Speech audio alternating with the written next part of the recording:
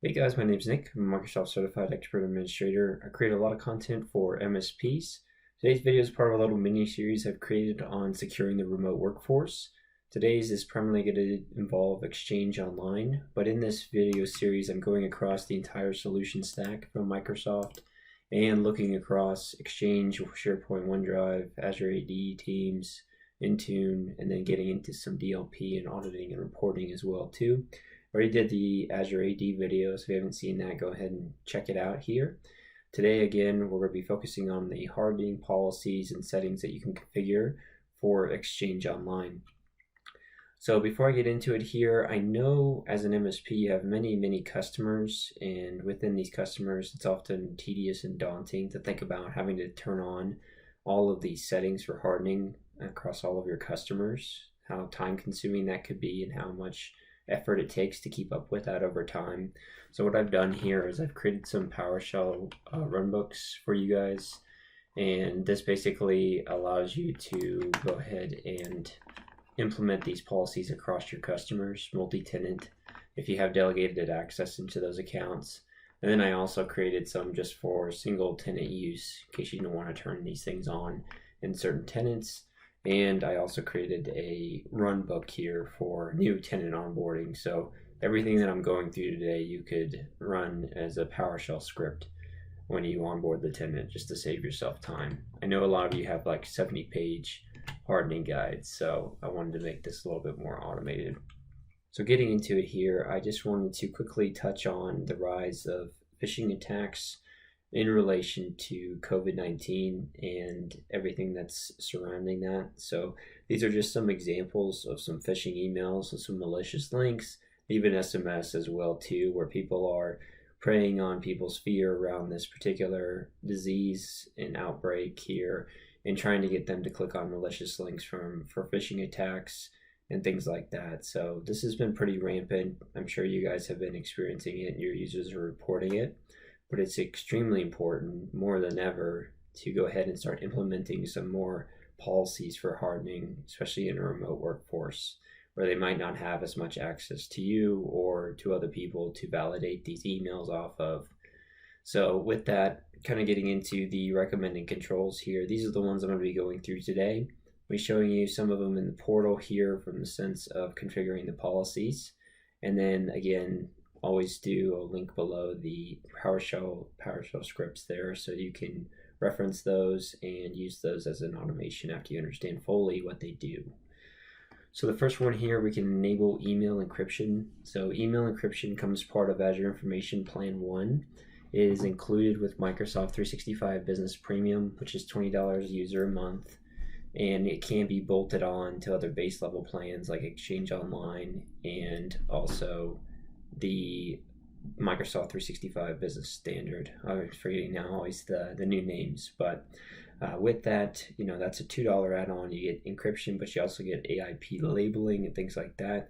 So it comes with more than just the encryption within that portal. Within the 365 Admin Center here, you'll want to go under the Admin Centers and go down to Exchange and click on that to open this up. This is a policy that we're setting up here for a mail flow rule to apply encryption. Encryption can be applied within the client, as in the Outlook client, or in the web interface as well too, on demand after you set this up. So mail flow rules, you'll come down here. You want to apply a basic if-then statement. So you can click on the plus icon here and click on apply Office 365 message encryption. And you can name this whatever you want. And so it's just basic if then. Again, the most common one that I see MSPs using here is using the subject or body, includes any of these words. They're either using secure or encrypt here. I prefer secure because it's usually easy for end users to identify with and understand. So I prefer to put that in there. With the do the following, it's already pre-selected, but you need to select an RMS template of encrypt. If you have set up Azure AIP labels and published them, they'll be available here. I'm not going to get into that as part of this video series, but just know default out of the box, you'll get this encrypt and do not forward as an RMS template. Now with this one, you don't have to do anything else here. So it's just basically saying if you type in the subject line of secure, you'll get the message encrypted. So I can save that, but I've already created it here just for testing purposes to show you guys what this actually looks like. So if I go into my mail here I can go ahead and click on new, and you see the message up top here that says encrypt. I can go ahead and click on that, and I'll already have the message encrypted, so it's in there on demand for the users. But if I didn't do that, I can simply type in secure as the message, and I can go to send this out to somebody outside my organization. In this case, it's a Gmail account, and say sensitive info, and send. And this will go ahead and send over to Gmail account here. This is what it looks like when it does come through. So you have, I put a custom branding here, which I'll link to another video of which you can see how to do that. But you can brand this whole message here that you want, and when they click on read message, if it's outside your organization, they'll be taken to a place where they can either sign in with their Google credentials to validate their identity or get a one-time passcode. If I click on one-time passcode, they'll get that in their email as well too, again just to make sure that this is the intended recipient of this message.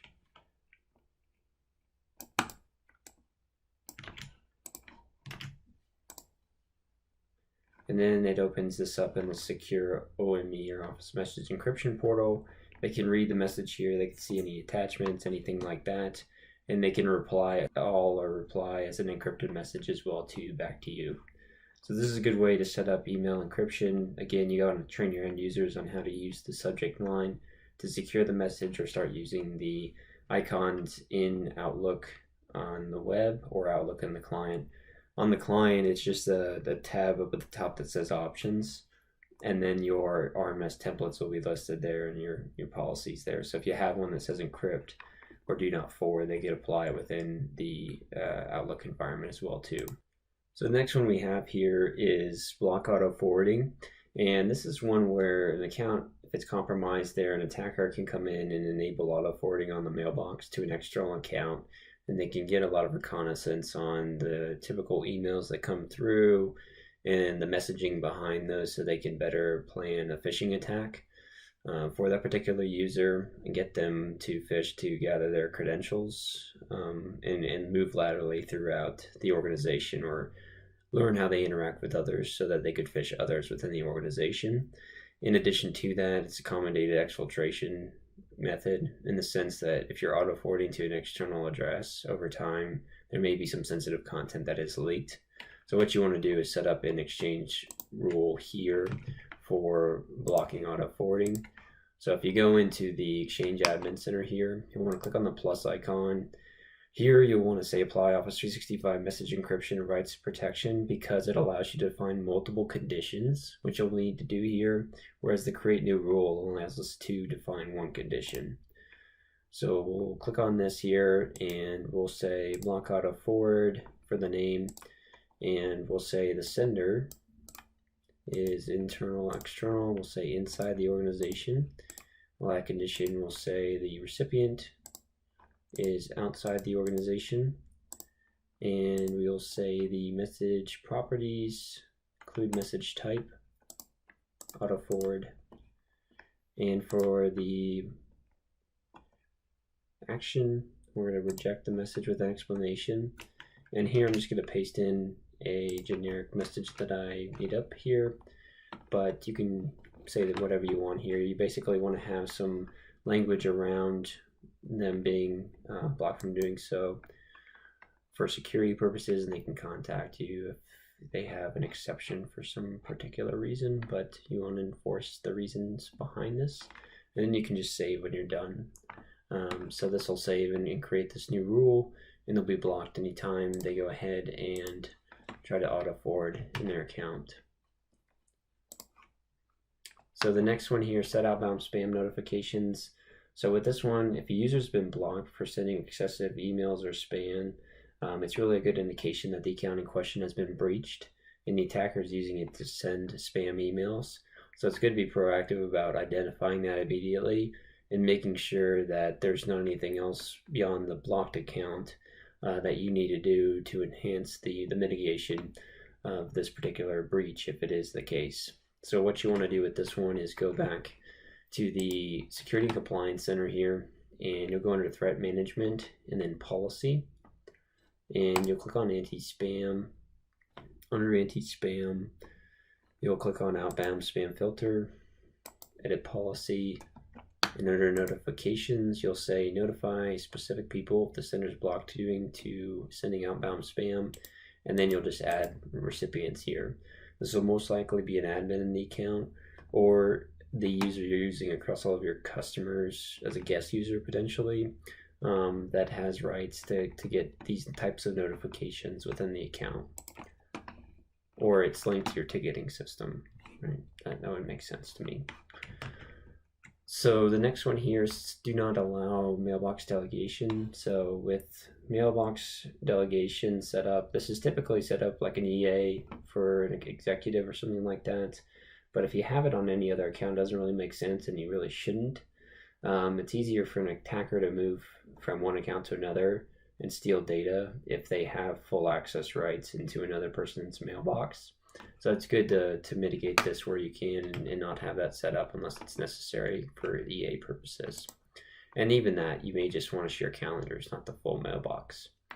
So with this one, it's more of just a PowerShell script, but I wrote one here where you can do this across all of your customers in Partner Center, and basically spits out, which customers or which users have full access rights and which mailbox they have full access rights to. You can do it on a single tenant too, but this is good to periodically review and just detail that out. Configure anti-phishing policy. So with this one, this is something that a baseline anti-phishing policy is set up on all 365 subscriptions. But if you have ATP, which is an add-on to most base plans like Exchange Online Plan 1 or Microsoft 365 Business Standard, it's a $2 add-on standalone, or it is bolted on with Microsoft 365 Business Premium. There's some additional settings for impersonation that you can configure as well too, that I like to go ahead and set up. So if you go back to the Security and Compliance Center, go to Policy, and then Anti-phishing, you'll click on the default policy here, and you'll notice if this is your tenant, none of these settings are turned on, and you'll want to click on Edit. So the first one here, this is going to help you out with spoofing and impersonation attempts against certain high valued users like the CEO, CFO, other users like that would more likely be spoofed or impersonated. So you can define those users here, and like it says, you can add up to 60 internal and external users to help protect. So this is basically looking in the from address from the user there to do more heightened detection on if it's being spoofed or not. And the same thing with the domains here. So you do want to do automatically include all the domains I own, but you may also want to do custom domains as well too. Maybe it's a sister or parent company that you interact with a lot over time. Some actions here for these ones. This is something where you're going to learn over time how restrictive you need to create for these policies. It may be best just to turn on do not apply any action in the forefront, just to gather the telemetry and data of how this is affecting users and what other settings or policies that you need to implement. So if you do not apply any action, it'll still start triggering these policies and these settings. You can monitor that in the threat management dashboard, which I'll show you here in a second. But this is something where you want to level up to quarantine so that it just doesn't start removing all these emails for false positives, for instance. Not that it would do that, but I do like to be careful on the rollout. Move messages to the email's junk folder and quarantine is usually the two recommended methods of the actions you can take here. I prefer quarantine because if you move it to the junk folder, they could still access it. So quarantine just doesn't allow them to touch it at all. The same thing with the domain here. And lastly, you can turn on impersonation safety tips. So it can give them little tool tips at the top of their email. And if you don't have a third-party phishing tool that does this already, this is definitely something that you want to turn on for your end users. For mailbox intelligence here, this allows you to collect telemetry. It does machine learning capabilities in the sense of learning who the user is interacting with the most to better detect anomalies within the account. And so you can apply protection based off of this as well too. And same here, you can define the actions that are involved. With trusted senders and domains, you can whitelist domains and senders that don't go through this policy setting here. And you can say that these are trusted senders and domains. And the key thing here is to not put anything like gmail.com, right? Or anything like that, but to monitor this over time as well too. So there may be some people that you want to whitelist that they interact with all the time that may come up as false positives all the time, and there may be domains that do that as well too. And this should be worked in conjunction with SPF DKIM and DMARC records, which I'll get to here in a second. So just know that you can come in here and do this, and then you can review all your settings and save. After you've done this, you can go into the threat management dashboard, and this is by default here. If you go up into the insights here, you'll see spoof domains, impersonations. So even if you have this policy turned on and you have it to do not apply any action, you'll at least get the data here starting to come in, and you'll be able to see these things over time as well too. The other place you can go here is the reports dashboard. On the reports dashboard, this one's got a lot more widgets, and you have, spoof domains, impersonating domains here as well too. And then you have spoof detections, which is going to be another one here that you want to pay attention to if you do it as a read-only policy, or just periodically review as well. So just wanted to show you that, just so you can see how you can view that over time.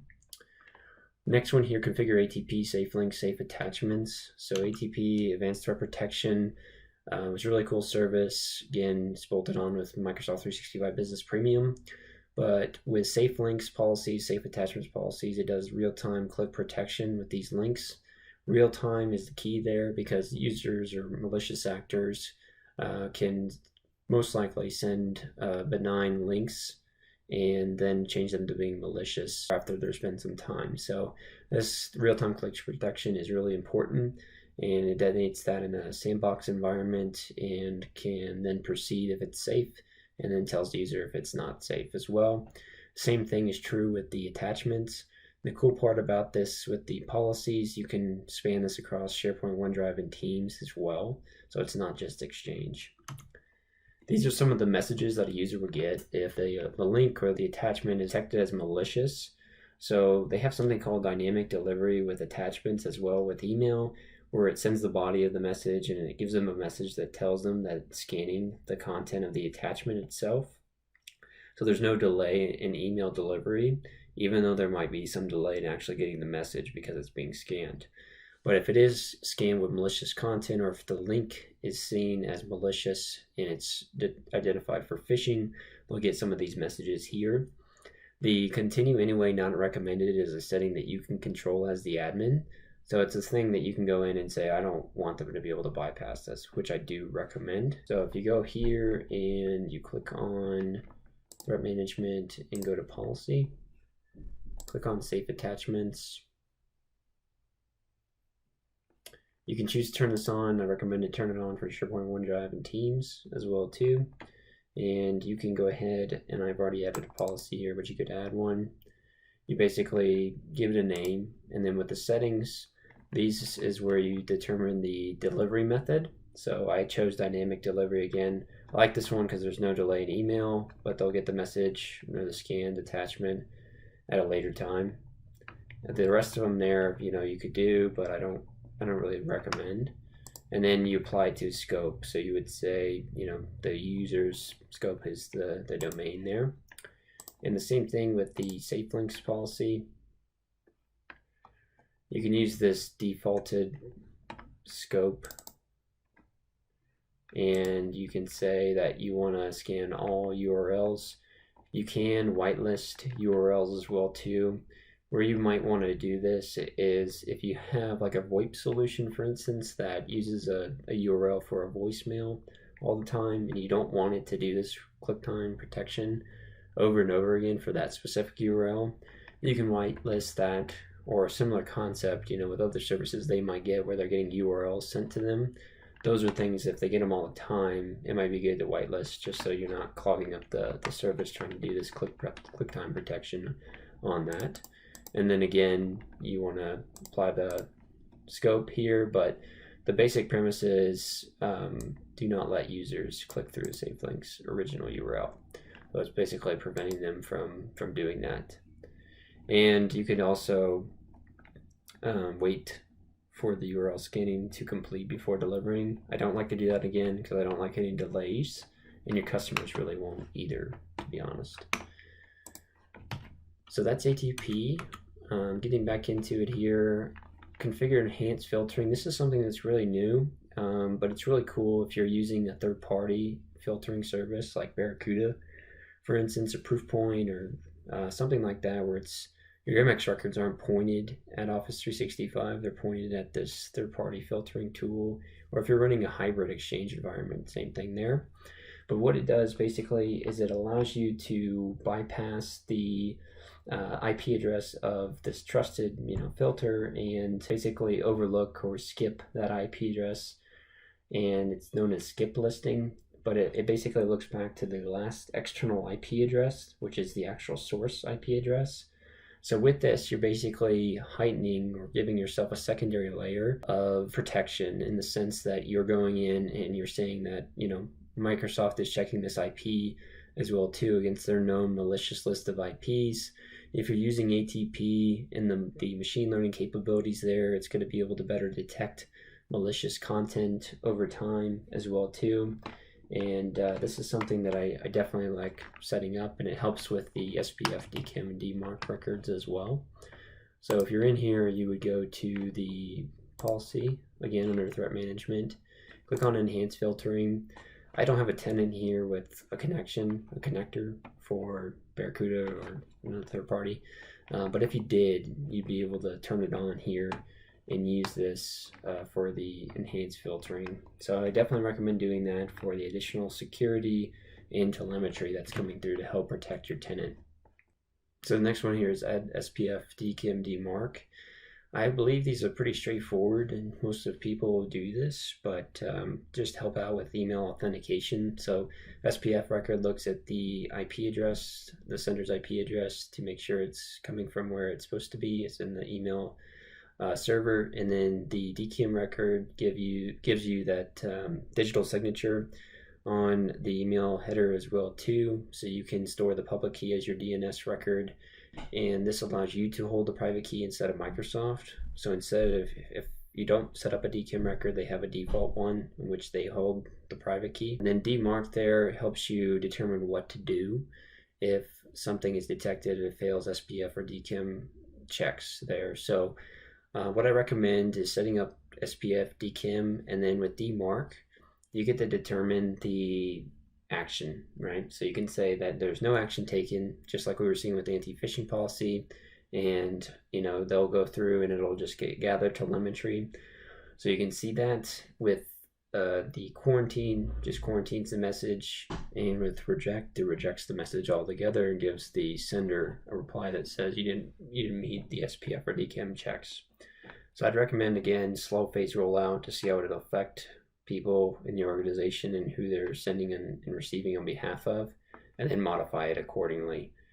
So those are just records. You can look them up, and I'll link below the records you put in your DNS settings that you configure in the 365 Admin Center. But it's definitely something to help out with email authentication.